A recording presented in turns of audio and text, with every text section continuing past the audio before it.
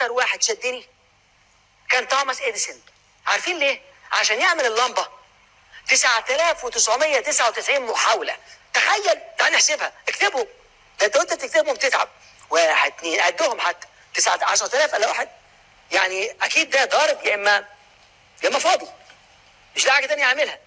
كل يوم يخش عنده في المعمل، يروح مفرقع المعمل، يطلع بشعره منكوش وعينيه مبرقه وكل حته فيه سودا، يحطوه في المستشفى ويرجع تاني بعدها يروح داخل تاني المعمل، والمعمل كل يوم تاني ينفجر، ما حدش عايز يسكن جنبه. عارفين المجنون هناك عشان يعمل اللمبه، وفي يوم من الايام قاعد في حفله وبيتعشى، واحد من بتوع وسائل الاعلام قال له توماس، قال له ايه؟ قال له سيادتك فاشل عالمي، يعني انت خليت الفشل نفسه يتكسف منك، ما تسيب البتاعه دي. قال له لا، انا كل خطوه بكتشفها بتعلمني اللي بعدها، واكتشفت 9999 محاوله ما بيشتغلوش.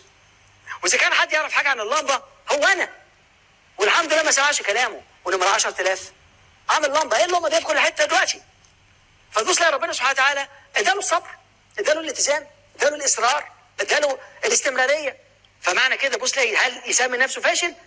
لا طبعا. هقول لكم حاجه، العنكبوت، بيت العنكبوت، حاول كده تروح للعنكبوت ويديله بيته. هل عمركم شفتوا؟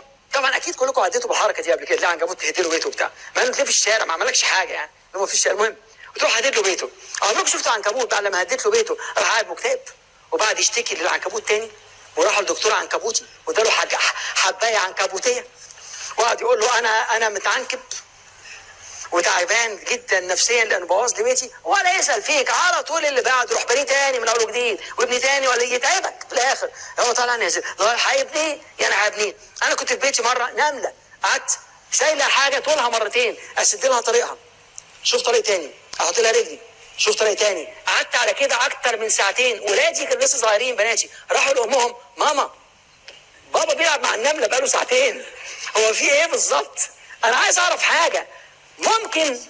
ممكن تفقد الالتزام، ممكن تفقد الهدف، ولا هي هنا سيدنا طريقها، زيد روح طلع في طريق تاني، سيدنا طريق، انا تعبت وزهقت في الاخر، راحت ماشيه ومعاها بتاعتها. وبعدين اخيرا قابلت شويه نمل، حكت لهم عليا، فكلهم بص ورا ما يجيب من ضحك، طبعا ضحك نملي، دهبل اهو. لا هروح، يعني هروح، ليس هناك فشل ولكن هناك خبرات وتجارب. هي عدت كده مش نافعه، فتعدي كده مش نافعه، تبص تلاقي العصفوره عايزه تنزل عشان تاخد شويه ميه، لقيت شويه حركات راح سايبه وماشيه، وبعدها بشويه نزلت تاني عشان تاخد شويه ميه، هتشرب، يعني هتشرب. هو ده اللي انا بقول عليه، الاصرار يخليك تحس كده جواك في دافع قوي، لان عندك رؤيه واضحه عايز توصل بيها لاكبر اهدافك وتقرب بيها اكتر من الله سبحانه وتعالى. يبقى مهما يحصل فشل ما اسموش فشل، ما تسموش فشل، دي تجربه، دي خبره. اللي بعده ليس هناك فشل، ولكن هناك خبرات وتجارب. مفيش حاجه في الدنيا اسمها فشل، في خبرات وتجارب، في مهارات. اللي حصل لك ده نتيجه انت مش مبسوط منها، رحت مسميها فشل ورحت قايل انا، وبقيت انا فاشل، بقيت انا الفشل. دي نتائج. النجاح والفشل دول عند الله سبحانه وتعالى، المكسب والخساره دول عند الله سبحانه وتعالى. انت اعمل الفعل وخليك حريص وانت بتعمله، وقيم نفسك وعدل نفسك، حط تاني في الفعل، ربنا طمنك.